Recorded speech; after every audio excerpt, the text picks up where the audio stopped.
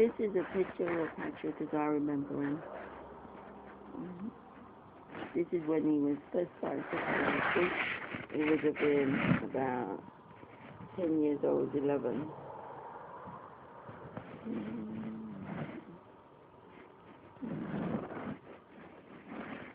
And this is the technique that I wrote to him. I'll read it out. My brother Patrick was born of Robert R.I.P. and Lena Walsh.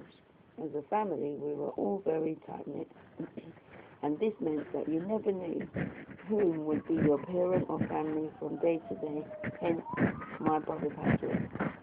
Patrick and I, of my earliest memories of him, was the soul of the party. I think he'd say this of himself, and give off somewhat of his wisdom, as did really anyone I would speak to. But he had sound basis for what he had to say, and this tended to be what you needed to know most of the time. Patrick loved his music and had a very open and sharing nature, though sometimes this would go against him, and I would be there telling him, no, so-and-so's a crook.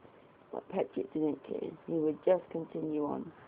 On one occasion, he lost a beautiful Jaguar car with electric windows, and the immaculate interior of the car fit him. He was very popular with the girls. His favourite saying, "You blow my mind, man." Sometimes, of course, this would get him into trouble with their boyfriends, but basically it was a good laugh. Then that smile that most would remember him for.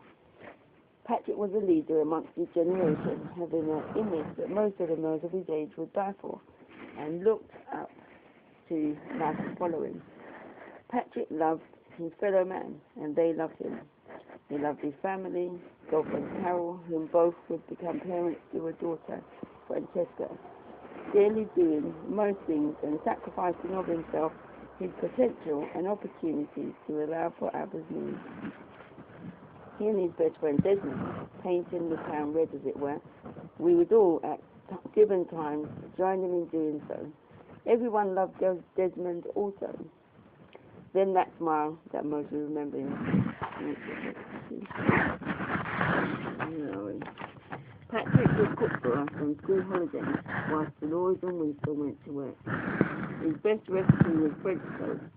We as children would line up with our plates to receive our individual French toast. I could go on about all the things that he did or was like all day long. Truly, there are more things that can be added.